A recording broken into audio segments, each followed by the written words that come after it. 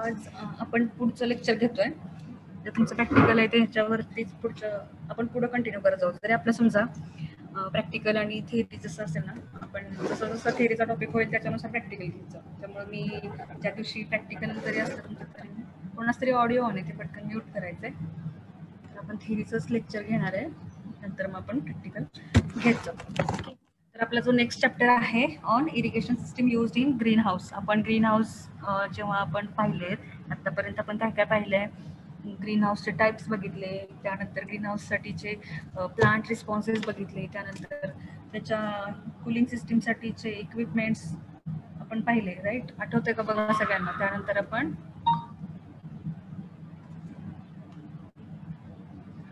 Planning बघितलं green हाऊससाठीचं, कशा पद्धतीने प्लॅनिंग केलं जातं. त्यानंतर त्याच्यासाठीचे एक मटेरियल, कन्स्ट्रक्टिव्ह मटेरियल आणि कव्हरिंग मटेरियल याबद्दल सुद्धा आपण स्टडी केलेला आहे.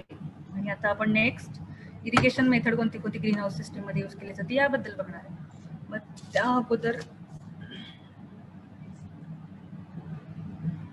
तुमच्या तर मेड होणार आहे. मेडसाठीचा सिलेबस आपण ठरवूया. आता जेवढे टॉपिक झालेत मी आता सांगितलं. Types of green house, second plant, त्यानंतरचा आपला जो आहे तो आहे प्लांट रिस्पॉन्स, त्यानंतर equipment used for green house, त्यानंतरचा जो टॉपिक आहे तो प्लॅनिंग, म्हणजे त्याच्यामध्ये कव्हरिंग आणि कन्स्ट्रक्टिव्ह मटेरियल. इथपर्यंत आपण मिडला ठेवणार आहे सिलेबस. ओके,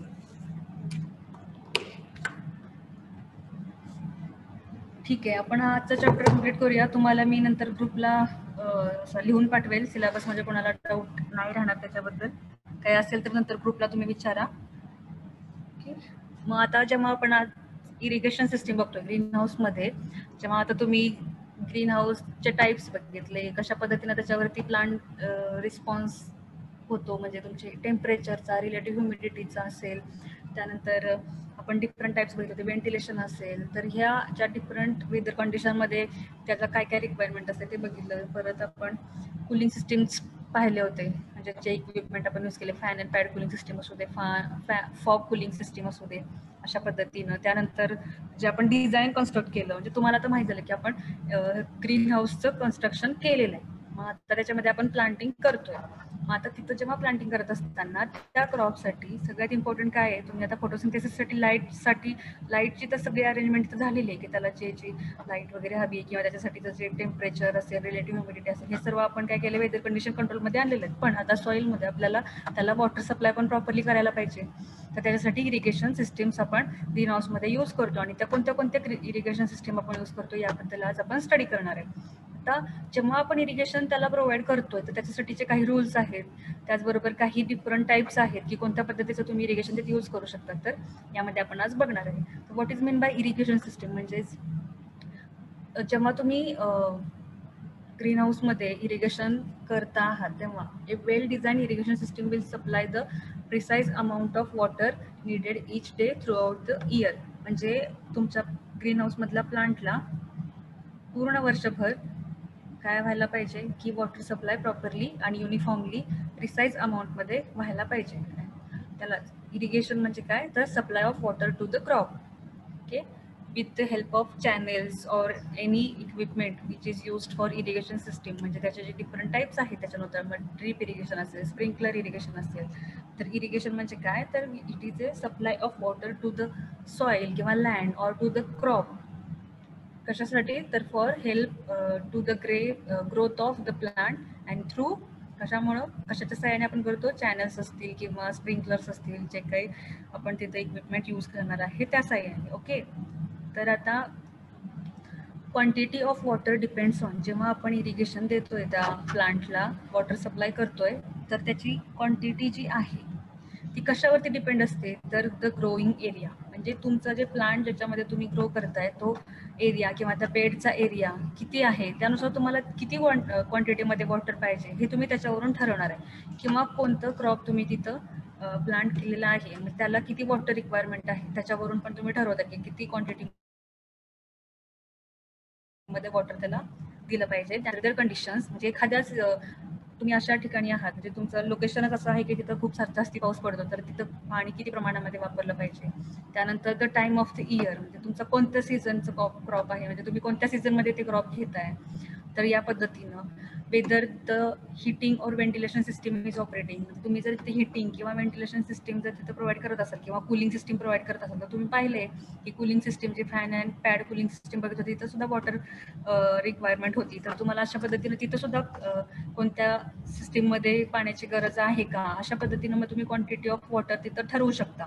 त्याचप्रमाणे the type of soil and soil mix and size and type of container or bed, म्हणजे तिथं कोणती सॉईल आहे, तिथं त्याची पोरिसिटी ते आपण चेक करतो, किंवा त्याची आपण काय म्हणतो त्याला की वॉटर पाणी धरून ठेवण्याची क्षमता त्याची किती आहे, त्याच्यावरती सुद्धा डिपेंड करतं ना की तुम्हाला किती प्रमाणामध्ये वॉटर तिथं सप्लाय केलं पाहिजे, किंवा तुमचं जे कंटेनर आहे ऑर बेड जो आहे, तुमच्या साईज असेल तुमच्या ग्रीन हाऊसची, म्हणजे त्याच्यामध्ये आपण एरिया कॅल्क्युलेट केला, तर त्या सर्व फॅक्टर्सवरती डिपेंड करते की तुम्ही किती अमाऊंट ऑफ क्वांटिटी तिथं सप्लाय करणार आहात तुमच्या प्लांटमध्ये, तुमच्या ग्रीन हाऊसमध्ये आहे. म्हणजे growing area, crop, weather condition, time of year, whether their heating or ventilation system is operating, and the type of soil and size of container or bed. Okay. Watering in the greenhouse most frequently accounts for loss in crop quality. जर तुम्ही जास्त प्रमाणामध्ये जर water तिथे supply करत असाल किंवा कमी किंवा जास्त, तर तिथे काय होऊ शकणार आहे, तुमच्या क्रॉपची क्वालिटी चेंज होणार आहे ना. आणि जर तुम्ही तिथं रिक्वायर्ड अमाऊंटमध्ये जर वॉटर सप्लाय नाही केला, तर तुमचं क्रॉपची ग्रोथ पण तिथं कमी होणार आहे आणि त्याची क्वालिटी सुद्धा कसं होणार आहे, कमी होणार आहे.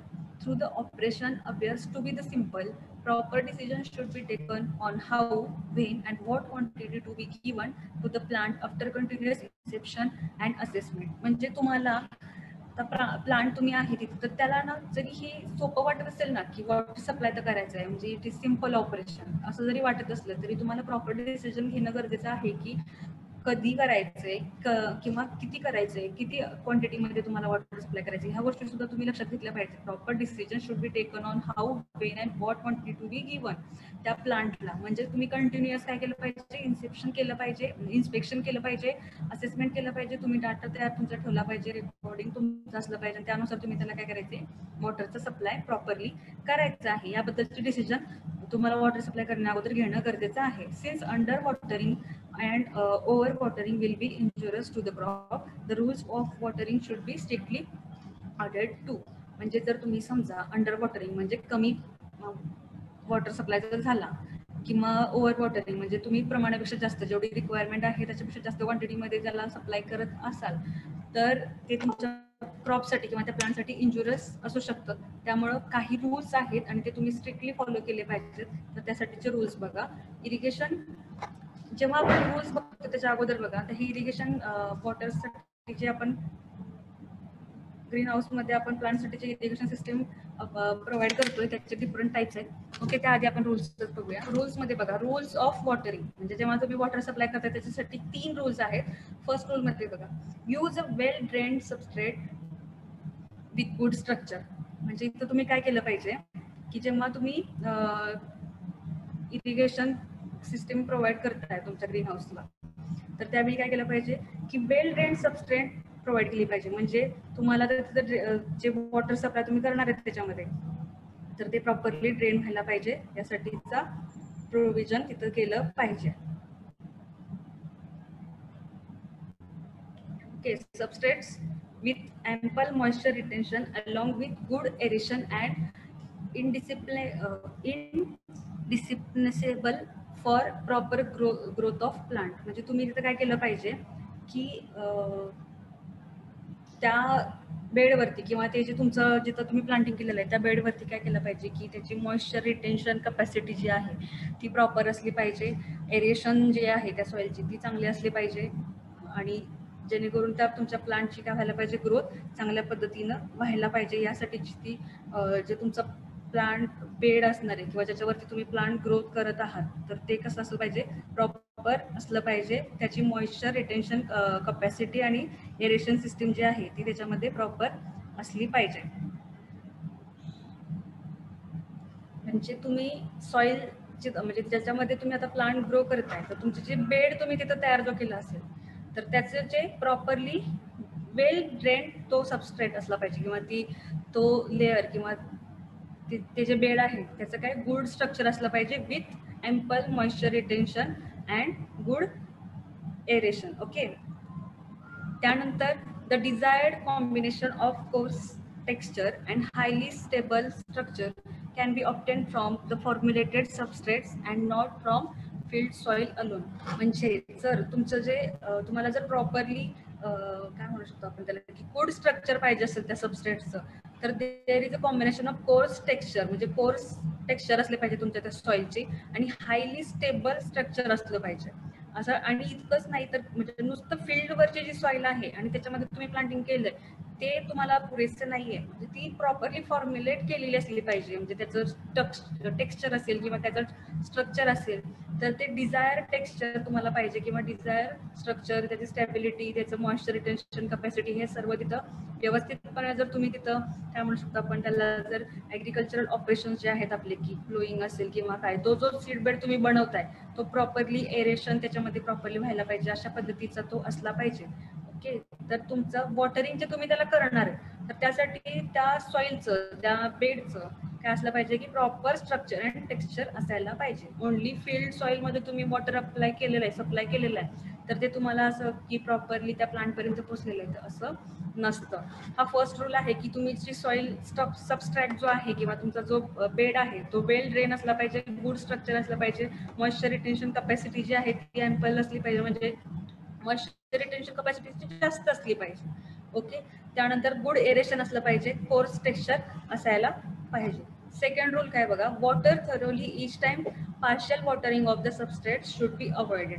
म्हणजे काय व्हायला पाहिजे की इथं वॉटरिंग जे तुम्ही करताय ते कंटिन्युअसली व्हायला पाहिजे. म्हणजे प्रत्येक वेळी तुम्ही काय करू शकता की पार्शियल वॉटरिंग आहे ते सबस्ट्रेटचं ते नाही व्हायला पाहिजे. म्हणजे तुम्ही जेव्हा वॉटर सप्लाय करताय तेव्हा तुमच्या फुल एरिया काय झालं पाहिजे की त्याला सगळीकडे वॉटर सप्लाय व्हायला पाहिजे. म्हणजे इकडे जरा झालंय इकडे थोडासा पोर्शनला पाणी मिळालेलं नाही अशा पद्धतीने नाही व्हायला पाहिजे. जेणेकरून काय म्हणू शकतो अर्धवट काम करायचं नाहीये तिथं पूर्ण तुम्हाला वॉटर सप्लाय पूर्ण एरियापर्यंत पोहोचवायचं आहे. The supplied water should flow from the bottom in case of container.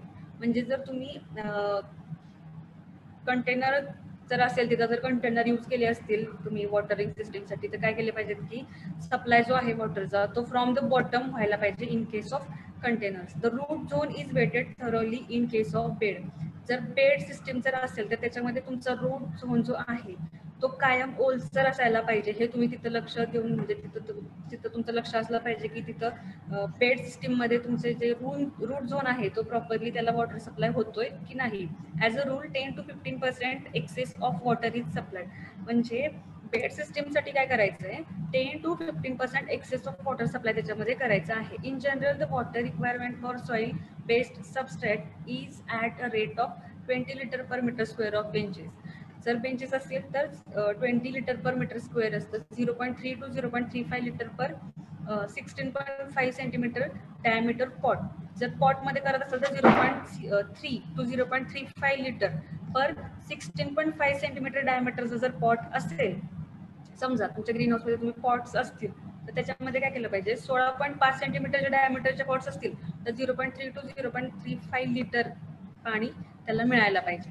आणि जर सबस्ट्रेट्स बेंचेस असतील तर त्याच्यामध्ये 20 लिटर पर मीटर स्क्वेअर एका मीटर स्क्वेअरच्या एरियामध्ये 20 लिटरचा वॉटर सप्लाय झाला पाहिजे. आणि इन केस ऑफ बेड तुम्ही नॉर्मली जेवढं पाणी देतात त्याच्यापेक्षा म्हणजे त्या वॉटरची जेवढी रिक्वायरमेंट आहे त्याच्यापेक्षा 10 to 15% एक्सेस वॉटर त्याला दिलं पाहिजे. कारण की बेड सिस्टीममध्ये तर रूट पर्यंत पाणी त्याला पोहोचलं गेलं पाहिजे. अशा पद्धतीनं तुम्ही सेकंड रूलमध्ये लक्षात ठेवायचं की वॉटरिंग जे करतोय आपण तर ते पार्शियल वॉटरिंग नाही व्हायला पाहिजे. तुमच्या through out the area green हाऊसमध्ये पूर्णपणे जिथं जिथं प्लांटिंग झालेलं आहे तिथपर्यंत ते थरोली वॉटर सप्लाय झाला पाहिजे. ओके.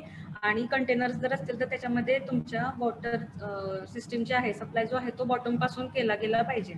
त्यानंतर रूट झोन इन बेड जर असतील तर इन केस ऑफ बेड काय झालं पाहिजे रूट झोन्स ते प्रॉपरली वेट झाले पाहिजे. त्यासाठी 10 to 15% एक्सेस वॉटर सप्लाय करायचं आहे.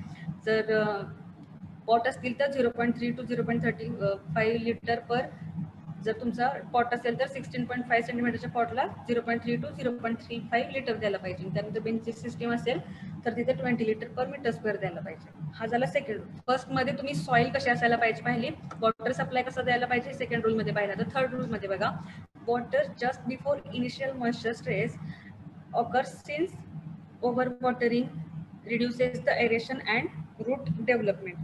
म्हणजे तुम्हाला वॉटर सप्लाय जो करायचा आहे तो कधी करायचा आहे, water just before initial moisture stress occurs since overwatering reduces the aeration. म्हणजे जर तुम्ही जास्त प्रमाणामध्ये वॉटर सप्लाय केला तर काय होऊ शकतं की तुमची जी पोरस सॉइल आहे त्याच्यामध्ये पूर्णपणे पाणी साचून राहू शकतं आणि त्यामुळं जर सगळीकडे पाणी साचून राहिलं तर तिथं एअर कुठून येणार, त्यामुळे तिथे काय होणार की एअरेशन रिड्यूस होणार आहे आणि त्यामुळे तुमच्या रूटची डेव्हलपमेंट आहे ती प्रॉपरली होणार नाहीये. त्यामुळे इनिशियल मॉइश्चर स्ट्रेसच्या बिफोर तुम्हाला वॉटर सप्लाय करायचा आहे. त्यानंतर water should be applied just before the plant enters the early symptoms of water stress.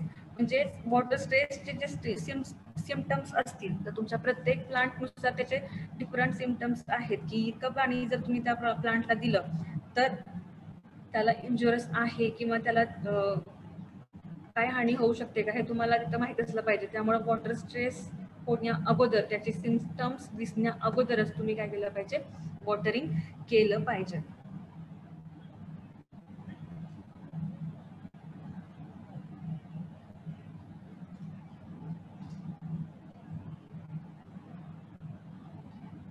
त्यानंतर the foliar symptoms such as texture, color and turbidity can be used to determine the moisture stress but vary with crop. मी तुम्हाला आता सांगितलेलं आहे की काय प्रत्येक प्लांटनुसार किंवा प्रत्येक क्रॉपनुसार काय होत असतं की त्याचे सिम्पटम्स जे आहेत वॉटर स्ट्रेसचे ते चेंज होत असतात. फॉर एक्झाम्पल तुम्ही त्याचं टेक्स्चर पाहू शकता की सॉइल टेक्स्चर असेल किंवा तुमच्या प्लांटच्या ग्रोथवरती त्याचे चेंजेस होत असतात किंवा कलर असेल तर असे काही फॉलियर सिम्पटम्स तिथे दिसतात ते तुम्ही तिथे डिटरमाइन केले पाहिजेत, ज्याच्यावरून तुम्हाला मॉइश्चर स्ट्रेस समजणार आहे.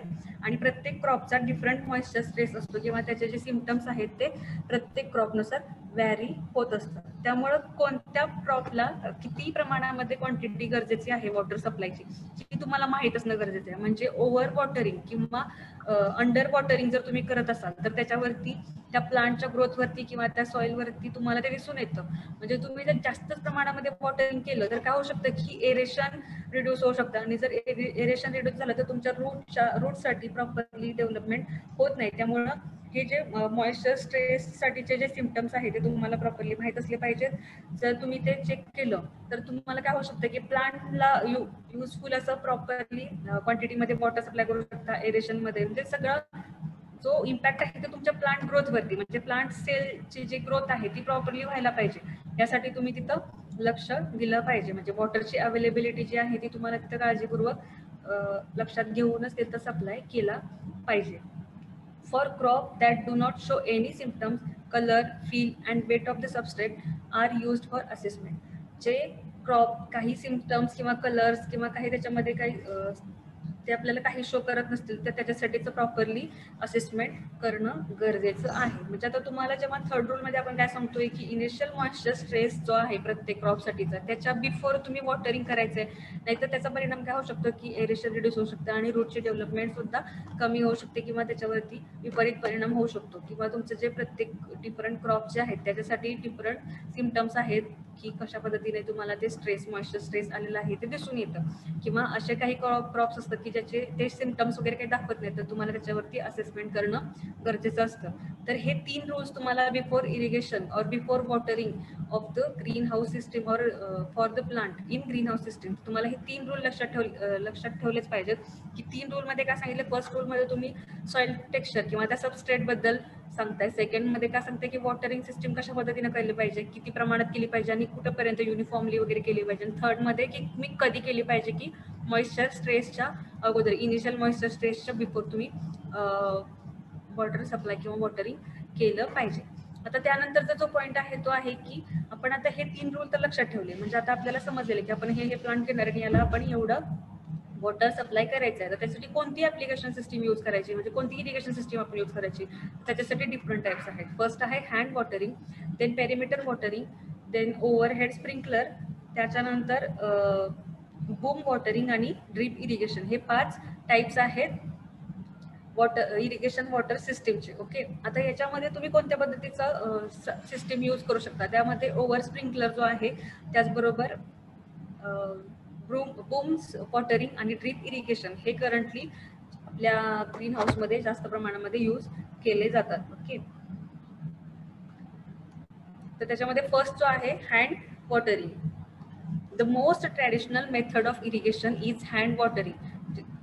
मोस्टली तुम्हाला माहिती असेल की आता समजा तुमचा ग्रीन हाऊस जे आहे ते स्मॉल स्केलवरती ग्रीन हाऊस असेल तर तुम्ही तिथं हँड वॉटरिंग इझिली करू शकता.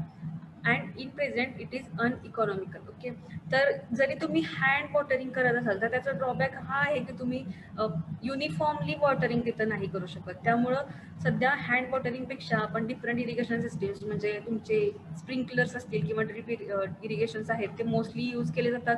त्याला कोणतेही लेबरची गरज नाही लागत किंवा म्हणजे काय म्हणू शकतो आपण त्याला की युनिफॉर्मली आणि एक कंट्रोल्ड वॉटरिंग त्या प्लांटसाठी होऊ शकतं जर तुम्ही ड्रीप इरिगेशन किंवा स्प्रिंकलर इरिगेशन वगैरे जर यूज करत असाल तर. हँड वॉटरिंगमध्ये हा ड्रॉबॅक आहे की तुम्हाला तिथं काय होतं की लेबर्सची गरज लागते किंवा युनिफॉर्म वॉटरिंग होत नाही. Growers can afford hand watering only where a crop is still at a high density such as in seed bed or when they are watered at a few selected pots or area that have dried sooner than other. म्हणजे hand watering system तुम्ही कुठं use करायची की अशा ठिकाणी जिथं तुम्हाला जे क्रॉप तुम्ही आता समजा सीड बेड वरती केलेले आहेत किंवा पॉटमध्ये तुम्ही इथं प्लांटिंग केलेलं आहे तर अशा ठिकाणी मग तुम्ही हँड वॉटरिंग करू शकता इझिली की किंवा अशा ठिकाणी करू शकता की जिथं जास्त लवकर जो तुम्ही वॉटरिंग केलंय पण तिथं लगेचच ड्राय होते ती सॉइल जी आहे ती त्या ठिकाणी मग तुम्ही काय करू शकता किंवा ड्राय एरियामध्ये किंवा जिथं जास्त लवकर ते पाणी शोषलं जातं आणि नंतर तो एरिया वेट एरिया जो आहे तो लवकर ड्राय होतो अशा ठिकाणी तुम्ही हँड वॉटरिंग करू शकता. ओके, त्यानंतर in all cases the labour saved will pay for the automatic system in less than 1 year. म्हणजे इथं काय करू शकता तुम्ही लेबर सेव्ह करू शकता आणि इथं ऑटोमॅटिक सिस्टीमसाठी will pay for automatic system in less than 1 year. Okay, म्हणजे तुम्ही इथं लेबर सेव्ह करू शकता हँड वॉटरिंगमध्ये. अशा पद्धतीनं तुम्ही हँड वॉटरिंग करू शकता किंवा तुमचं ते आपण काय म्हणतो त्याला झाऱ्या आपण यूज करतो त्या झारेतून पाणी किंवा अशा पद्धतीने पाईप थ्रू पाणी तुम्ही प्लांटला सप्लाय करू शकता. It soon will become apparent that this cost is too high. In addition to this deterrent to hand watering, there is too great risk of applying too little water or waiting too long between watering. म्हणजे जेव्हा तुम्ही आता hand watering करताय तर ते मात्र costly असू शकतं. इन ॲडिशन म्हणजे याच्यामध्ये काय होऊ शकतं की 2 रिस्क तुम्हाला सांगितलेले आहेत की एक तर तुम्ही टू लिटिल वॉटर अप्लाय करू शकता म्हणजे सप्लाय जेव्हा तुम्ही करताय तेव्हा तुमच्याकडून एक तर कमी प्रमाणामध्ये वॉटरचे सप्लाय होऊ शकतो किंवा वॉटरिंगसाठीचा टाइम पिरियड जो आपण म्हणतो ना की तो आपल्याकडून प्रॉपरली तिथं होत नाही. त्यामुळं तिथं काय केलं पाहिजे की एक रिक्वायर्ड टाइम इंटरवलनी त्याला प्रॉपरली वॉटर सप्लाय व्हायला पाहिजे. तर हे तुम्हाला लक्षात घेतलं पाहिजे. Hand watering requires considerable time and it very boring. म्हणजे तुम्हाला जरी पाणी घालणं असं वाटत असेल की किती जास्त एरिया असेल तर तुम्ही थोडे ना तिथं हँड वॉटरिंग करणार आहे तर त्यामुळे कन्सिडरेबल टाइम तिथं जास्त रिक्वायरमेंट असते. टाइम तुम्हाला खूप तिथं स्पेंड करावा लागतो आणि it is very boring. It is usually perform by inexperienced employees who may be tempted to speed up the job or put it off to another time. म्हणजे तिथं कसं आहे की तुम्हाला असं काही एक्सपिरियन्स्ड पर्सन पाहिजे की वॉटरिंग करायचं हँड वॉटरिंगसाठी तर अशी काही गरज नसते. त्यामुळे तिथं तुम्हाला प्रॉपरली असं स्पीडमध्ये किंवा व्यवस्थित असं जॉब तिथं त्या लेबरकडून तुम्ही असं एक्सेप्ट नाही करू शकत.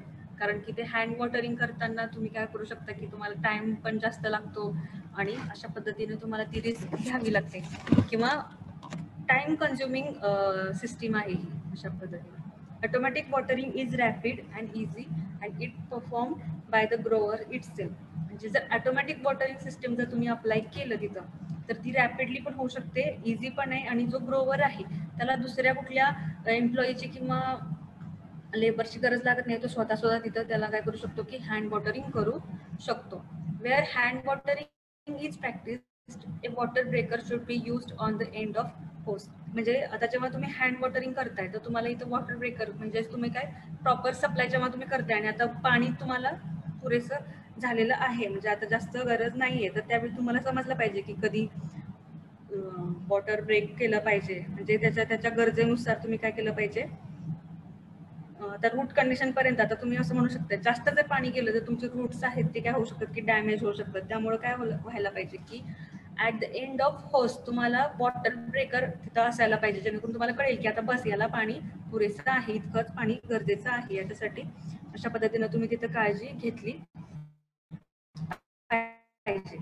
Such a device break the force of the hydrate without washing roots out of the bench or जे असं तुम्ही काही डिव्हाइसेस असे आहेत की ते काय करतात की breaks the force of water, म्हणजे तुम्ही वॉटर सप्लाय तर करताय, तुमच्याकडून फोर्सफुली वॉटर सप्लाय झाला तर त्या सीड बेड जो आहे त्याच्यातली सॉइल जी आहे तीच डिस्टर्ब होऊ शकते ना, किंवा तुमच्या पॉट मधलं पाणी जे आहे किंवा सॉरी सॉइल जे आहे ती काय होते की बाहेर येते आणि त्याच्यावरती कधी कधी एक्सेसिव्ह फ्लो झाला, तुम्ही जास्त प्रमाणामध्ये पाणी टाकलं त्याच्यामध्ये, तर त्यातली जी सॉइल आहे किंवा ते सबस्ट्रेट आहे ते वॉशिंग आउट होऊ शकतं.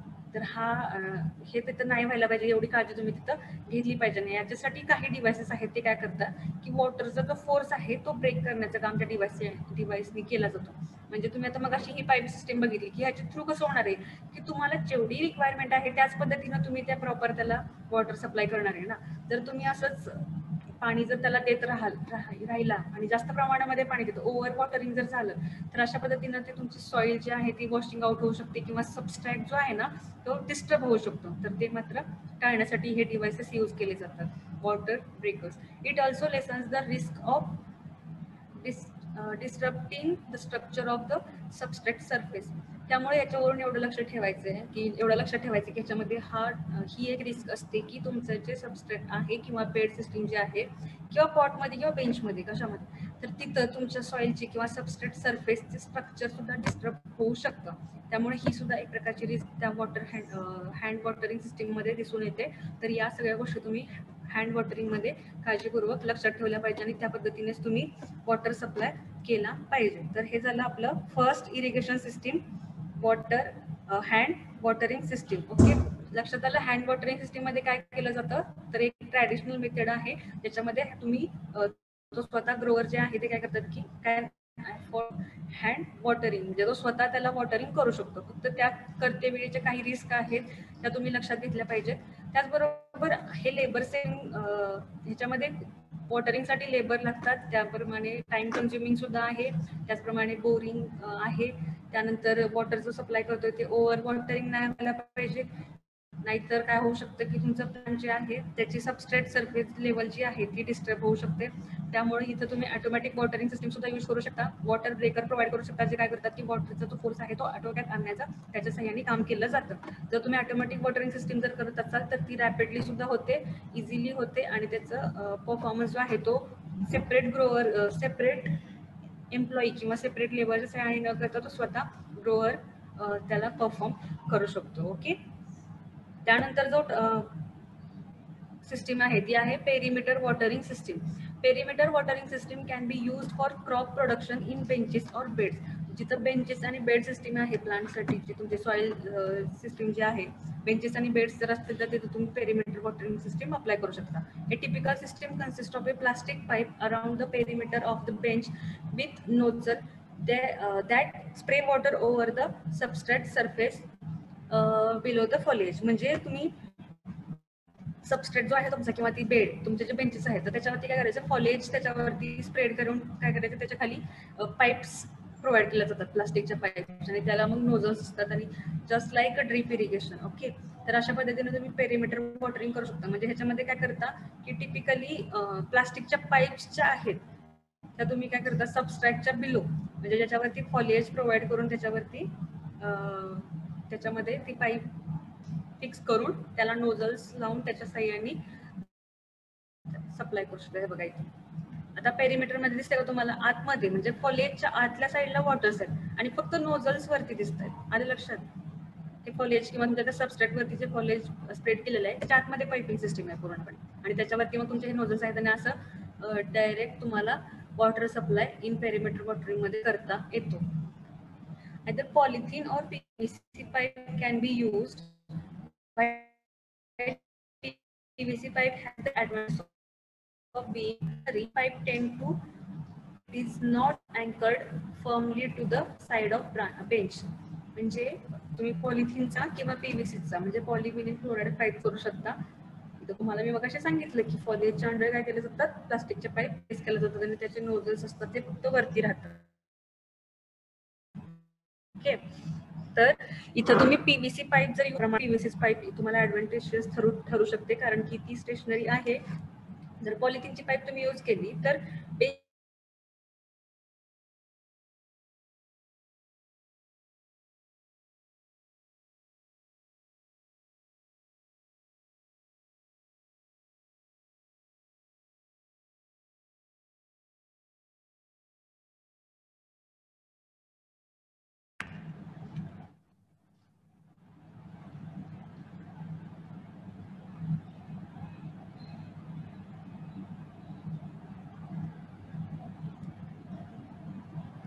स्लाइड दिसतीये.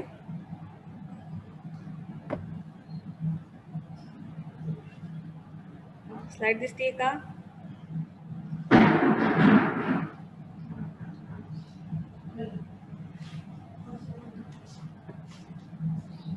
स्लाइड दिसतीये का? हो.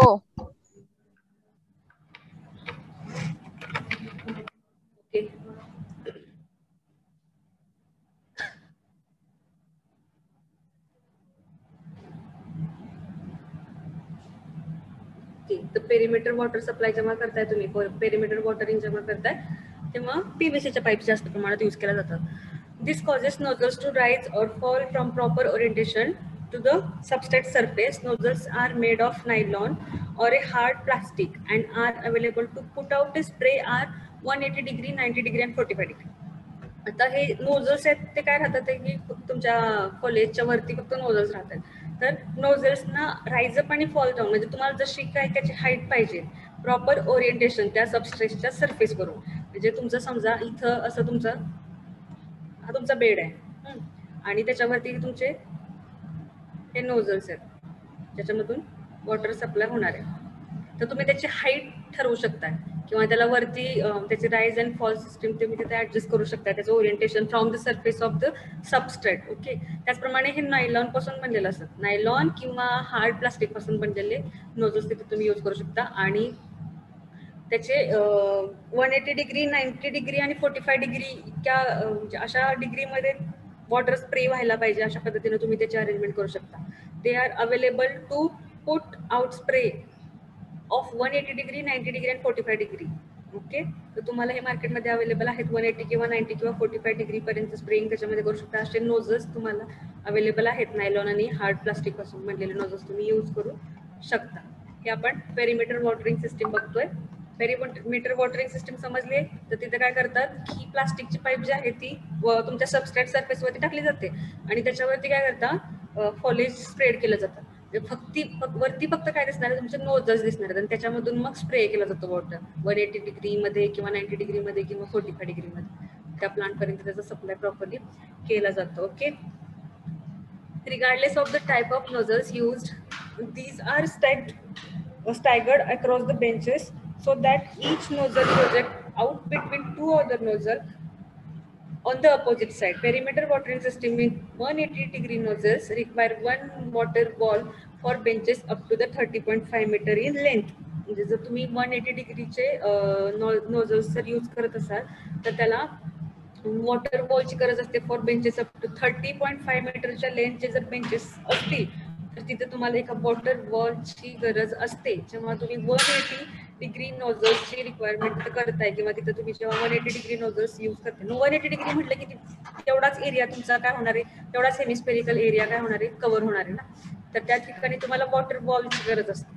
ओके, जेव्हा तुमचं 30.5 मीटर लेंथचा जर बेंचेस असतील तर अशा ठिकाणी अशी अरेंजमेंट करायची आहे. हे झालं पेरिमीटर वॉटरिंग. नेक्स्ट आहे overhead sprinkler. Okay, while the foliage on the majority of crops should be kept dry for disease control purpose, a few crop do tolerate wet foliage. म्हणजे काय केलं पाहिजे की तुमच्या मेजॉरिटी क्रॉप वरती काय आहे की तुम्ही फॉलेज करत असता, कारण की मॉइश्चर कंटेंट जो आहे तो काय इव्हॅपोरेशन जर होत असेल जमिनीमधून पण इव्हॅपोरेशन होतं राईट, तर ते काय व्हायला नाही पाहिजे. तुमचं मॉइश्चर कंटेंट जो आहे तो मातीमध्ये त्याची ओलावा टिकून ठेवण्याची क्षमता इन्क्रीज झाली पाहिजे, यासाठी तुम्ही फॉलेज यूज करता ऍज अ कव्हर. ओके, तर तिथे काय व्हायला पाहिजे की few crops do not tolerate wet foliage. म्हणजे तुम्ही जर वेट फॉलेज तिथे यूज करत असाल तर काही क्रॉपसाठी ते युजफुल नाहीये, they not tolerate the wet foliage. Okay, त्याच्यामुळे काय होऊ शकतं, जर पाणी तिथं जास्त प्रमाणामध्ये राहिलं तर डिसीज तिथं होऊ शकतात. मग ते डिसीज व्हायला नाही पाहिजे यासाठी तिथं ते फॉलिएज ड्राय ठेवले पाहिजेत, हे तुम्ही तिथं लक्षात ठेवलं पाहिजे. म्हणजे आता आपण नोझल सिस्टीम म्हणजे आता बघितली ना, त्याच्यामध्ये लक्षात ठेवा, तुम्ही पाणी जेव्हा स्प्रे करणार आहे तुमचं फॉलिएज पूर्ण काय होणार आहे, भिजून जाणार आहे ना, कारण की तुमची पाईप सिस्टीम कुठे आहे, फॉलिएजच्या खाली आहे आणि तुमचे नोझल्स आहेत ते फॉलिएज म्हणजे सबस्ट्रॅक्ट सरफेसच्या वरती आहेत ना. मग जर ते फॉलिएज वेट सतत वेट पोझिशन मध्ये राहिले तर तुमचे जे क्रॉप्स आहेत जे टॉलरेट नाही करू शकत तर ते डॅमेज होऊ शकतात, त्याला डिसीजेस होऊ शकतात. तर त्यासाठी ड्राय ते केलं पाहिजे. These few crops can most easily and cheaply be irrigated from overhead. आणि त्यासाठीच तुम्ही ओव्हरहेड स्प्रिंकलर जेव्हा यूज करता तेव्हा ते काय असतं की तुमच्या सॉइल सरफेस पासून किंवा सबस्ट्रेट सरफेस पासून समथिंग पर्टिक्युलर हाईट वरती ते प्रोव्हाइड केले जातात. आणि त्याच्यामुळे काय होतं की तो रूट झोन जो आपण म्हणतो किंवा सबस्ट्रेट सरफेस जो म्हणतो किंवा फॉलेज जर त्याला आपण त्याच्यावरती यूज करत असेल तर तो भिजला नाही पाहिजे, यासाठी काय करतो आपण ओव्हरहेड स्प्रिंकलर सिस्टीम यूज करतो. आणि it is cheaply and easily operated system. Okay, bedding plants, त्यानंतर Azalea liners and some green plants are cropped commonly watered from overhead. म्हणजे तुमचे जे बेडवरचे जे प्लांट्स आहेत त्याचबरोबर लाइनर्स वरती केलेलं प्लांटिंग असेल किंवा सम ग्रीन प्लांट्स जे आहेत त्याला काय करावं लागतं की ओव्हरहेड स्प्रिंकलरचा यूज करावा लागतो. त्याच्यामध्ये कशी सिस्टीम असते, एक pipe is installed along the middle of bed. आणि जे तुमचं जे बेडिंग सिस्टीम आहे त्या बेडच्या सेंटरला ती काय केली जाते की पाईप जी आहे ती इन्स्टॉल केली जाते मिडलला. And riser pipe are installed periodically to the height well about the final height of crop. म्हणजे तुमची जी क्रॉपची फायनल हाईट आहे त्याच्या अबाव ते काय केले जाते की इन्स्टॉल केली जाते ती रायझर पाईप जे आहे ते. म्हणजे बेडच्या मिडलला एक पाईप इन्स्टॉल केली जाते आणि नंतर त्याच्यावरती पण काय केलं जातं की रायझर पाईप्स त्याच्यावरती इन्स्टॉल केले जातात. पिरियडिकली म्हणजे सम डिस्टन्स वरती त्या काय केलं जातं, प्लेस केलं जातं किंवा इन्स्टॉल केल्या जातात at height about the final height of crop. आता ह्याच्यामध्ये एक सेंटरला पाईप दिसते तुम्हाला मिडलला तुमच्या बेडच्या वरती सर्टन हाईट वरती, आणि मग त्याच्यात सम पर्टिक्युलर डिस्टन्स वरती किंवा एक पिरियडिकली काय केलेलं आहे बघा, तिथं दुसऱ्या पण रायझर्स तिथं प्रोव्हाइड केलेल्या आहेत. लक्षात, ओव्हरहेड तुमच्या क्रॉपच्या हाईट वरती जी क्रॉपची फायनल हाईट आहे त्याच्या पण अभाव काय केलेले आहे, हे ओव्हरहेड सिस्टीम प्रोव्हाइड केली असते. आणि मग वरून काय करतात, ते वॉटर आहे ते स्प्रे केलं जातं तुमच्या क्रॉप वरती. म्हणजे इथं कुठेही फॉलिएजचा वेट होण्याचा सिस्टीम म्हणजे वेट होण्याचा जो रिस्क होती ती ह्याच्यामध्ये नाही दिसून येत. त्यावेळी काय करतो आपण, ओव्हरहेड स्प्रिंकलर सिस्टीम प्रोव्हाइड करत असतो. आलं लक्षात? बघा काय केलेलं आहे, बेडच्या वरती एक मिडल पाईप आहे आणि मिडल पाईपला पिरियडिकली रायझर पाईप्स पण प्रोव्हाइड केलेले आहेत आणि त्याच्या थ्रू स्प्रेइंग होत असतं. The total height of 0.6 meter is sufficient for bedding plant and 1.8 meter for fresh flowers. म्हणजे जर तुम्ही बेडिंग प्लांट फ्लॅट्स वरती जर इन्स्टॉल करत असाल तर 0.6 मीटरच्या हाईट वरती तुम्ही ते इन्स्टॉल करू शकता, ते पुरेसे. आणि जर फ्रेश फ्लॉवर्स असतील तर तिथं आणखी तुमच्या हाईट वरती जाणार ना, 1.8 मीटर इतकी हाईट राहते. तर तुम्ही अशा इतक्या हाईट वरती ते तुम्ही इन्स्टॉल करू शकता. हे nozzle is installed at the top of the each riser. आणि प्रत्येक रायझरला काय केलं असतं, नोझल प्रोव्हाइड केलेला असतो किंवा नोझल इन्स्टॉल केलेला असतो at the top of the riser. Nozzles vary from those that throw a 360-degree pattern continuously to types that rotate around 360-degree circle. जेव्हा तुम्ही या नोझल्स मधून वॉटर स्प्रे करता तर ते 360 पॅटर्न मध्ये कंटिन्युअसली वॉटर सप्लाय करत राहतात. म्हणजे या नोझल्स मधून तुम्हाला 360 पॅटर्न मध्ये सप्लाय होतो वॉटरचा, किंवा हे वॉटर जे आहे ते 360 सर्कल मध्ये स्प्रे केलं जातं over the plant. Trays are sometimes placed under pots to collect water that would otherwise fall on the ground between pot and wasted. हे तरी काय केलं जातं, तुमच्या पॉट्स जे आहेत किंवा ते जे बेड सिस्टीम मध्ये बिटवीन पॉट्सच्या मध्ये किंवा त्या ग्राउंडच्या मध्ये काय केलं जातं, ट्रेस प्रोव्हाइड केले जातात. किंवा ट्रेस का तिथं प्लेस करतात तर जर समजा तुमचा फॉल काय वॉटर सप्लाय जो आहे तो एक्स्ट्रा वेस्ट होत असेल तर त्या पद्धतीनं ते वेस्ट होणारं जे वॉटर आहे ते त्या ट्रे मध्ये कलेक्ट केलं जातं. म्हणजे प्लांट वरती तर सप्लाय होतोय तर हे 360 डिग्री पॅटर्न मध्ये म्हणजे एका सर्कल मध्ये तुम्हाला हे वॉटर स्प्रे होणार आहे ना, तर वॉटर प्लांट पर्यंत पोहोचलं पण प्लांटच्या बिटवीनचा जो एरिया आहे तिथलं जे वॉटर आहे ते काय होणार, वेस्टच होणार आहे ना, तर त्यासाठी तिथे ट्रेस प्रोव्हाइड केले जातात आणि मग त्याच्यामध्ये ते वॉटर आहे ते कलेक्ट करून रिसायकल करू शकता तुम्ही किंवा रियूज करू शकता. Each tray is square and meets the adjacent tray. In this way, nearly all water is intercepted. Each tray has a depression to accommodate the pot and is then angled upward from the pot toward the tray perimeter. The tray also have drain holes which allow drainage of excess water and store certain quantity which is subsequently absorbed by the substrate. म्हणजे आता हे काय असतं, trays जे तुम्ही तिथे provide केलेले आहेत ना, तर त्या ट्रेजला पण काय असतं, स्क्वेअर शेप मध्ये ट्रेज असतात. ओके, आणि मग त्याच्यामध्ये काय केलं जातं, ऍडजस्टंट असे ट्रेज ते इन्स्टॉल केले जातात बिटवीन द क्रॉप्स किंवा बिटवीन द प्लांट्स. आणि मग तिथे काय केलं जातं, जेव्हा तुम्ही त्याच्यावरती पाणी अकोमोडेट होतं त्याच्यामध्ये आणि त्याला काय असतं की होल्स असतात, त्या ट्रेजला सुद्धा काही ड्रेन होल्स प्रोव्हाइड केले असतात. मग त्याच्यातून ते पाणी आहे ना जास्त प्रमाणे एकदमच असं ते पाणी त्या सबस्ट्रेट वरती पडण्यापेक्षा ट्रे मधून त्या होल मधून थोड्या थोड्या अमाऊंट मध्ये काय होणार आहे की तुम्हाला त्या सॉइलला ते मिळणार आहे. मग त्या पद्धतीने काय होऊ शकतं की सबसिक्वेंटली ऍब्सॉर्ब बाय सबस्ट्रेट, म्हणजे तुमच्या ते सबस्ट्रेट ओव्हर वॉटरिंग न होता, म्हणजे त्याचं जे ड्रेनेज सिस्टम कशा पद्धतीने केली आहे बघा, जे वरचं वेस्ट वॉटर जो आहे तो त्या ट्रे मध्ये कलेक्ट होतो, पण त्या ट्रेला काय केलेलं आहे, ड्रेन होल प्रोव्हाइड केलेलं, आणि ड्रेन होलमुळे काय होतं की ते सबस्ट्रेट पर्यंत ते वॉटर ते सप्लाय होतं आणि ते थोड्या थोड्या प्रमाणामध्ये ऍब्सॉर्ब केलं जातं सबस्ट्रेट मध्ये. ओके, तर अशा पद्धतीने त्या ट्रेचा यूज केला जातो, जे तुमचं वेस्ट वॉटर आहे ते अकोमोडेशन जर ते होत आहे त्याचं प्रॉपरली ड्रेनेज करण्यासाठी. ही झाली आपली overhead sprinkler system. Overhead sprinkler system पाठीमागचं कारण समजलं तुम्हाला, व्हॉट इज द फंक्शन. तर जेव्हा तुम्ही फॉलिएज क्रॉपसाठी जे फॉलिएज तुम्ही अप्लाय करता, तर काही क्रॉप्स मध्ये जर ते वेट पोझिशन मध्ये राहिले तर ते टॉलरेट नाही करू शकत, त्यामुळं it should be kept dry. आणि ते ड्राय ठेवण्यासाठी काय केलं पाहिजे की तुम्ही जी नोझल सिस्टीम मगाशी बघितली होती पेरिमीटर सिस्टीम, तर ती तिथं सफिशियंट नव्हती, यासाठी तुम्ही water overhead sprinkler system use केली, ज्याच्यामध्ये काय करता, तुमचे जे प्लांट आहे त्याची फायनल हाईट आहे त्याच्या अबव इन्स्टॉल करता. कशा पद्धतीने इन्स्टॉल करता, तर एक प्लास्टिक पाईप असते मिडलला, बेड अबव द बेड, मग त्या मिडलच्या पाईपवरती रायझर्स प्रोव्हाइड केलेले असतात आणि रायझरच्या टॉपला नोझल्स प्रोव्हाइड केले असतात. हे रायझर्स आहेत आणि हे नोझल्स आहेत.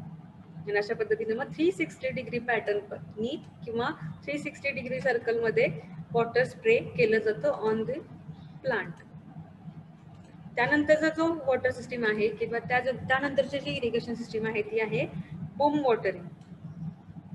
आता बूम वॉटरिंग मध्ये काय होतं बघा, boom watering can function either as open or an closed system, and it is used often for production of seedling grown in plug tray. म्हणजे जेव्हा तुम्ही सीडलिंग्स ग्रो करत असता प्लग ट्रेज मध्ये, तर अशा ठिकाणी तुम्ही बूम वॉटरिंग करू शकता. म्हणजे बूम वॉटरिंग जी आहे ती ओपनली किंवा क्लोज सिस्टीम साठी सुद्धा तुम्ही यूज करू शकता. म्हणजे plug trays are plastic trays that have width and length dimensions approximately 30 by 61 centimeter. 30 by 61 centimeter चे ट्रे असतात and depth 13 to 38 mm, म्हणजे 13 to 38 mm ची त्याची डेप्थ असते and contain about 100 to 800 cells. 3 चुकून आलेलं आहे, 100 to 800 सेल्स. ओके, तर ह्या एका ट्रे मध्ये, प्लग ट्रे मध्ये 100 ते 800 सेल्स असतात. 30 बाय 61 सेंटीमीटरचे ट्रेज असतात, त्याची डेप्थ असते 13 बाय 38 mm आणि it contains 100 to 800 cells, each seedling grown in its own individual cell. तर प्रत्येक सेल मध्ये म्हणजे सीडलिंग्स किती तयार होणार, 100 to 800 सेल्स मध्ये 100 to 800 सीडलिंग्स तिथं ग्रो होणार आहे. Precision of watering is extremely important during the 2 to 8 week production time of plug seedling. म्हणजे इथं काय व्हायला पाहिजे की वॉटरिंग सिस्टीम जे आहे किंवा प्रिसिजन ऑफ वॉटरिंग जे आहे ते 2 to 8 week त्या सिडलिंगचं प्रोडक्शन प्रॉपरली होईपर्यंत, ग्रोथ होईपर्यंत तुम्ही त्याला वॉटर सप्लाय केलं पाहिजे. त्यामुळं 2 ते 8 आठवड्यापर्यंत त्याचं ग्रोथ होईपर्यंत तुम्हाला वॉटरिंग करणं हे मोस्ट इम्पॉर्टंट असतं. ओके. तर बूम वॉटरिंग मध्ये बघा, बूम वॉटरिंग मध्ये काय केलेलं असतं की अशा पद्धतीनं सिडलिंग्स वरती वॉटर स्प्रे केला जातो. इथं बघा सिडलिंग्स वरती वॉटरिंग केलेलं आहे. म्हणजे तुमचे ट्रेज असतात आणि त्या ट्रेज मध्ये त्याचे डायमेन्शन सांगितलेले आहेत बघा. त्या डायमेन्शन नुसार 100 to 800 सिलिंग्स किंवा सीडलिंग्स तिथं ग्रोथ होत असतात. तर त्याच्यावरती काय केलं पाहिजे तुम्ही, त्याला 2 ते 8 आठवड्यापर्यंत आहे ना वॉटर सप्लाय त्याचं प्रॉपरली व्हायला पाहिजे. आणि त्याच्यासाठी मग हे बूम वॉटरिंग सिस्टीम सीडलिंगसाठी यूज केली जाते. The boom watering system generally consist of A water pipe boom that extend from one side of greenhouse bay to the other. पूर्ण ग्रीन हाऊसची जी लेंथ आहे ना त्याच्या थ्रू काय केली हे बघा, पूर्ण अशी काय केली असते, बूम प्रोव्हाइड केलेली असते. बूम तुम्ही स्प्रेअर मध्ये वगैरे पाहिलं असेल की कशा पद्धतीनं बूम स्प्रेइंग वगैरे केलं जातं ना, त्या पद्धतीनं सेम आहे हे. हे पाईप असते. मग it consist of water pipe boom that extend from one side of the green house बे to the other, and the pipe is fitted with nozzles that can spray either water or fertilizer solution down onto the crop. आणि ह्याच्यातमधून तुम्ही वॉटरचा पण supply करू शकता आणि fertiliser पण तिथं तुम्ही अप्लाय करू शकता with the help of nozzle. म्हणजे त्या पाईपला ना नोझल्स प्रोव्हाइड करायचे आणि ते मग काय करतं, वॉटर किंवा फर्टिलायझर आहे त्याचा स्प्रेइंग करतं on the crop. The boom is attached at the centre point to a carriage that rides along rails often suspended above the center wall of the greenhouse bay. तर लक्षात आलं का की हे जे बूम सिस्टम जे आहे याच्यामध्ये काय केलेलं आहे की ती राईड होत असतं through out the green house. Okay. म्हणजे हे जे तुम्ही पाईपची प्रोव्हाइड केली म्हणजे हे बूम्सचे प्रोव्हाइड केलेले आहेत तर ते राईड होत असतात पूर्ण तुमच्या काय म्हणू शकतो आपण त्याला की ग्रीन हाऊसची जी लेंथ आहे ते कव्हर करतात त्याला. ओके. तर बूम वॉटरिंग सिस्टीम किंवा बूम इरिगेशन सिस्टीम आपण कधी यूज करत असतो, तर जेव्हा तुम्हाला सीडलिंग्स वरती प्रॉपरली इरिगेशन करायचं आहे त्यासाठी तिथं प्लग ट्रेज प्रोव्हाइड केले जातात ना, ज्याच्यामध्ये प्लग ट्रेजचा यूज करून सीडलिंग्स ग्रो केले जातात. अशा ठिकाणी तुम्ही हे बूम वॉटरिंग सिस्टीम यूज करू शकता. त्याच्यामध्ये काय असतं की एक बूम प्रोव्हाइड केलेला असतो आणि तो काय होत असतो की राईड होत असतो पूर्ण आपल्या सीडलिंग्स वरून through out the length of the green house. Okay. त्या पाईपला नोझल्स असतात आणि ते नोझल्स काय करतात, वॉटरसाठी किंवा फर्टिलायझर सप्लायसाठी यूज केले जातात.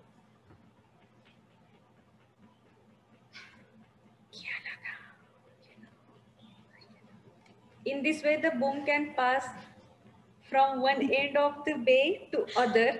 The boom is propelled by an electric motor. The quantity of water delivered per unit area of plant is adjusted by speed at which the boom travels. म्हणजे तुम्ही आहे ना या वॉटरची जी क्वांटिटी आहे ती कशा पद्धतीने ऍडजस्ट करू शकता, तर ते बूम ट्रॅव्हल करताय ना, राईड होत आहे ना, तर त्याच्यावरून तुम्ही तुमच्या वॉटर क्वांटिटी जी आहे वॉटरची डिलिव्हर्ड पर युनिट एरिया तर ती तुम्ही ऍडजस्ट करू शकता. म्हणजे तुमचं बूम ट्रॅव्हलचं स्पीड जर तुम्ही ऍडजस्ट केलं तर तुमचं वॉटरची क्वांटिटी पण ऍडजस्ट होणार आहे. तुम्ही कशा पद्धतीनं एकदम रायडिंग त्याचं स्पीडली करत असाल तर तुम्ही ते प्रॉपर सप्लाय त्याच्यावरती होणार नाहीये प्रत्येक सीडलिंग वरती.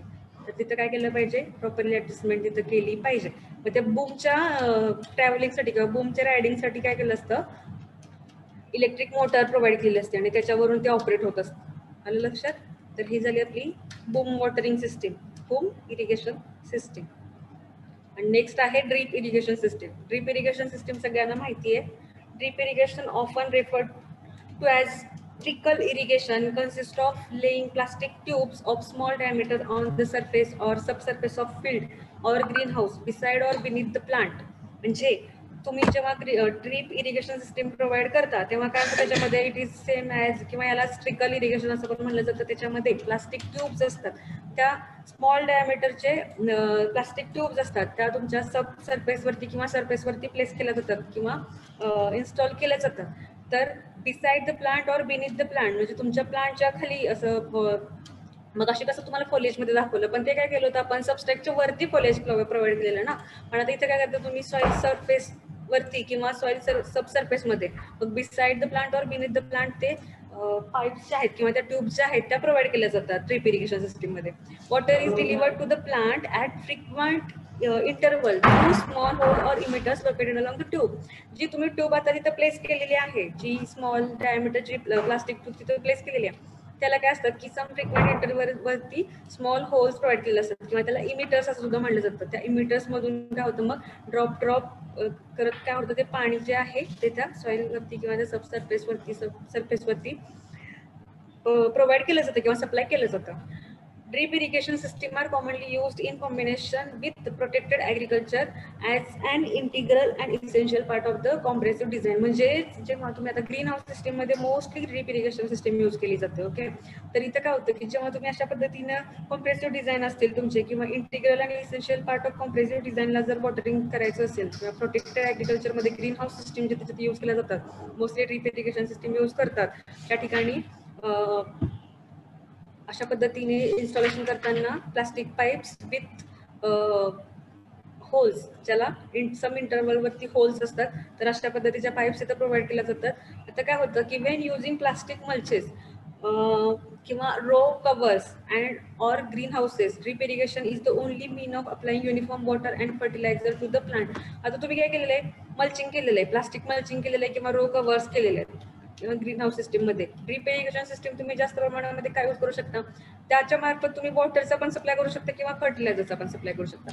तर जेव्हा तुम्ही ड्रिप इरिगेशन प्रोव्हाइड करतात तेव्हा त्या तुमच्या पर्टिक्युलर बेडवरती किंवा त्या पर्टिक्युलर बेंचवरती काय होत असतं की त्या क्रॉप पर्यंत, त्या क्रॉपच्या बिसाइड और बिनीथ तुम्ही त्याचं प्लेसमेंट त्याला तुम्ही इन्स्टॉल करताय ना, तर त्यामुळे त्या क्रॉप पर्यंत ती वॉटरचा सप्लाय इक्वली आणि युनिफॉर्मली होत राहतो आणि तो कंटिन्युअसली होत राहतो. आणि असं पण नाही होत की वॉटर इकडे तिकडे वेस्टेज होते, म्हणजे तुमच्या पर्टिक्युलर प्लांटच्या रूट पर्यंत ते वॉटर सप्लाय होत असतं. त्यामुळे जेव्हा तुम्ही प्लास्टिक मल्चेस किंवा रो कव्हर तिथं केलं असेल, मल्चिंग वगैरे तुम्ही पाहिलं असेल की ब्लॅक कलरचे प्लास्टिक मल्चेस यूज केले जातात. कशासाठी, तर तुमचा वॉटर इव्हॉपरेट नाही व्हायला पाहिजे यासाठी मल्चिंग यूज केलं जातं. तर तिथं तुम्ही ड्रिप इरिगेशन सिस्टीम यूज करू शकता, पाहिले पण असेल तुम्ही. तर drip irrigation provides maximum control over environment variability. It assures optimum production with minimal use of water. म्हणजे कमीत कमी पाण्याचा वापर करून तुम्ही ऑप्टिमम, म्हणजे तुम्हाला जास्त प्रमाणामध्ये प्रोडक्शन अवेलेबल होतं, कारण की जिथं पाहिजे आणि जेवढं पाहिजे तेवढ्याच प्रमाणामध्ये तुम्ही पाणी तिथं सप्लाय करणार आहे ना. तिथं कोणत्याही पाण्याचं वेस्टेज होत नाहीये किंवा रूट झोन पर्यंतच पाणी पोहोचल्यामुळे तुमचं प्रोडक्शन सुद्धा चांगल्या पद्धतीने होणार आहे. While covering, conserving soil and moisture, nutrients and control water, fertilizer, labor and machinery cost. म्हणजे याच्यामध्ये तुम्ही वॉटरचा सप्लाय पण कंट्रोल करू शकता, फर्टिलायझर सुद्धा वेस्ट नाही होऊ देत, न्यूट्रिएंट्स त्याचे चांगल्या पद्धतीने कन्झर्व केले जातात, लेबर सिस्टीम सुद्धा कंट्रोल करता, कारण की इथं जर तुम्ही एकदा ड्रिप इरिगेशन सिस्टीम प्रोव्हाइड केली तर तिथं ते automatically drop by drop supply वॉटरचा होत राहतो. म्हणजे तिथं लेबर तुम्हाला जास्त लागत नाहीत आणि मशिनरी कॉस्ट वगैरे त्याची कमी असते. जस्ट इन्स्टॉलेशन कॉस्ट जी आहे किंवा इनिशियल कॉस्ट जी आहे ती जास्त लागते जेव्हा तुम्हाला फक्त ते त्याचं इन्स्टॉल करायचं आहे तुमच्या फील्डवरती.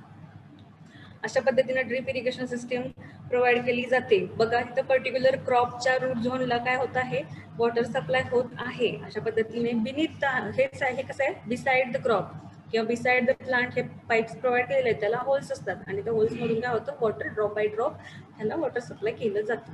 Drip irrigation is the best means of water conservation. म्हणजे इथं काय केलं जातं की वॉटरचं आहे ना जास्त प्रमाणामध्ये यूज न करता वॉटर कन्झर्वेशन केलं जातं विथ हाय प्रोडक्शन. म्हणजे तुम्हाला प्रोडक्शन सुद्धा चांगल्या पद्धतीने अवेलेबल होतं. In general the application efficiency is 90 to 95%. म्हणजे ह्या सिस्टीमचा जर तुम्ही यूज केला तर तुम्हाला 90 to 95% इफेक्टिव्ह वर्क झालेला दिसून येणार आहे ऍज कम्पेअर्ड टू स्प्रिंकलर. स्प्रिंकलरची इफिशियन्सी किती आहे, 70%. जर तुम्ही फरो इरिगेशन करत असाल तर तुम्हाला 60 to 80% पर्यंतची इफिशियन्सी दिसून येणार आहे. It is depending on the soil type, level of field and how water is applied to the furrow. म्हणजे तुम्ही फरो सिस्टीमला जर इरिगेशन करत असाल तर तुमचे वॉटर सिस्टीम कोणत्या कशा पद्धतीनं तुम्ही त्या फील्डला वॉटरिंग करता आहात त्याच्यावरती डिपेंड राहतं की तुमच्या ऍप्लिकेशनची इफिशियन्सी किती राहणार आहे किंवा सॉइल टाईप वरती पण डिपेंड राहतं. Drip irrigation is not only recommended for protected agriculture but also for open field crop production, especially in arid and semi-arid region of the world.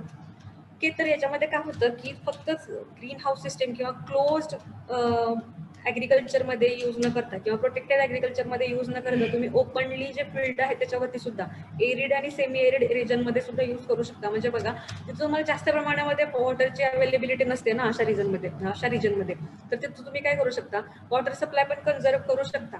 जे कमी प्रमाणामध्ये वॉटरचं सप्लाय करत असूनही तुम्हाला चांगल्या पद्धतीचं प्रोडक्शन अवेलेबल त्याच्यामध्ये होऊ शकतं. तर तुम्ही एरिड आणि सेमी एरिड रिजनमध्ये सुद्धा ड्रीप इरिगेशनचा यूज करू शकता.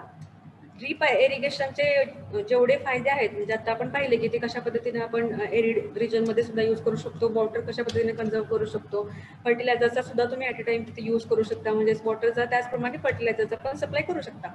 पण याचे डिसएडव्हान्टेजेस पण आहेत. काय आहे तर याची इनिशियल कॉस्ट जी आहे ती जास्त आहे. The initial cost of equipment per acre which may be higher than other system of irrigation. म्हणजे तुम्ही स्प्रिंकलर किंवा फरो किंवा डिफरंट आपण अजून जे टाईप्स बघितले तर त्या इरिगेशन सिस्टमच्या कंपॅरिझनमध्ये ह्याची इनिशियल कॉस्ट आहे ती जास्त असते. However, these costs must be evaluated through comparison with the expense of land preparation and maintenance often required for surface irrigation. म्हणजे सरफेस इरिगेशन साठीची लँड प्रिपरेशन करणं तुम्हाला गरजेचं असतं किंवा त्याचे मेंटेनन्स प्रॉपरली राहायला पाहिजे. तर या पद्धतीनं या काही ऍक्टिव्हिटीजसाठी किंवा या काही ऑपरेशनसाठी सुद्धा ते कॉस्ट रिक्वायर्ड असते. Basic equipments for irrigation consist of a pump, main line, delivery pipe, manifold and drip tape, laterals and emitters. म्हणजे जेव्हा तुम्ही इन्स्टॉलेशन करता तर याला बघा काय काय लागतं की पंप लागतं, कारण की तुम्ही आता वॉटर सप्लाय करणार आहे ना, तर त्याच्यासाठी. त्यानंतर मेन लाईन मधून मग नंतर डिलिव्हरी पाईप्सकडे पाणी येतं, त्या डिलिव्हरी पाईप्सना होल्स असतात. मॅनिफोल्ड्स अँड ड्रीप टेप्स आणि इमिटर्स, त्यालाच आपण इमिटर्स म्हणतोय. तर ड्रीप टेप्स, लॅटरल्स किंवा इमिटर्स जे आपण काय केलेलं पिरियडिकली तिथं होल्स आहेत त्या पाईप्सवरती, तर ते इमिटर्स तिथं गरजेचे असतात. इमिटर्सच्या तिथं तुम्ही नोझल्स वगैरे सुद्धा यूज करू शकता. The head between the pump and the pipeline network usually consists of control valve, coupling, filter, time clock, fertilizer injector, pressure regulator, flow meter and gauges. तर जेव्हा तुम्ही अशा इरिगेशन सिस्टीम प्रोव्हाइड करताय त्या ठिकाणी तुम्हाला बघा ना, आता वॉटरचा फ्लो आहे तो कंट्रोल करण्यासाठी कंट्रोल वॉल्व गरजेचं असतं. कपलिंग्स म्हणजे आता बेंचेस आहेत आणि त्याच्यामध्ये काय करतात, एक रो तुम्हाला कव्हर करायचे आहे तर त्या ठिकाणी तुम्हाला कपलिंग्स करावं लागतं, फिल्टर्स यूज करावे लागतात, कारण की तुम्ही जो वॉटर सप्लाय करणार आहे तो त्याच्यामध्ये काय म्हणू शकतो आपण त्याला, पोल्युटेड वॉटर नाही असायला पाहिजे. टाइम क्लॉक्स कशासाठी तर ते ऑटोमॅटिक तुम्हाला तिथं त्याचा कंट्रोल ठेवला आला पाहिजे ना, की वॉटरिंग करतोच आहे म्हणजे कितीही वेळ निघून गेला तरी कळत नाहीये, तर तुम्ही तिथं वेस्टेज ऑफ वॉटर होऊ शकतं, तर तो कंट्रोल करण्यासाठी टाइम क्लॉक्स, फर्टिलायझर इंजेक्टर, तुम्ही ॲट अ टाइम फर्टिलायझरचा पण सप्लाय करू शकता.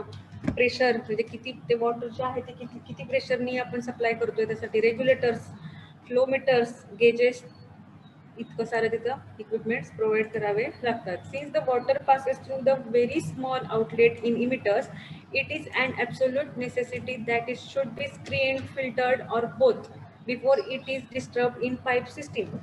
तुम्ही आता इथं सांगितलं ना, फिल्टर्स प्रोव्हाइड करावे लागतात. कशासाठी तर जर त्याच्यामध्ये काही पोल्युटंट असतील तर तुमची पाईप ब्लॉक होईल आणि पाणी पुढे जाणार नाही, तर ते डिस्टर्बन्स नाही व्हायला पाहिजे त्या पाईप सिस्टीम मध्ये. त्यामुळं it should be screen or filtered or both. The initial field positioning and layout of drip system is influenced by the topography of the land and the cost of various system configuration. म्हणजे आता तुम्ही जेव्हा field मध्ये हे install करताय किंवा त्याचं position जे आहे, तुमची लँड पण प्रॉपरली त्याची टोपोग्राफी प्रॉपर असली पाहिजे, कारण की जर समजा तुम्हाला वॉटर सप्लाय तिथं करताय आणि अनइक्वल अशी किंवा अनइवन लँड तुमची असेल तर काय होणार आहे, ती पाईप तुमची कशी त्याच्यातून प्रॉपर वॉटरचा फ्लो होणार नाहीये आणि त्यामुळे तुम्हाला त्या ड्रीप पाईप्सची पोझिशनिंग प्रॉपरली केली पाहिजे. म्हणजे इनिशियल फील्ड पोझिशनिंग तुमच्या लँडची फील्डची लेवलिंग करून घेणं गरजेचं आहे. ओके, अशा पद्धतीनं आपण ड्रीप इरिगेशन, त्यानंतर बूम इरिगेशन, पेरिमीटर इरिगेशन असेल, perimeter water, hand watering, overhead sprinkler, अशा पद्धतीने डिफरंट टाइप्स ऑफ स्प्रिंकलर किंवा different type of irrigation system बघितलेले आहेत. ओके, आलेत का लक्षात सगळ्यांच्या? इरिगेशनसाठीचे रूल्स, 3 रूल्स आपण पाहिले ते लक्षात आले का?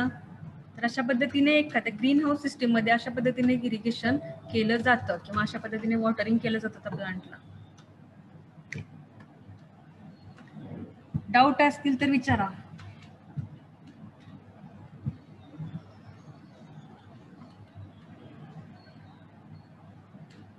समज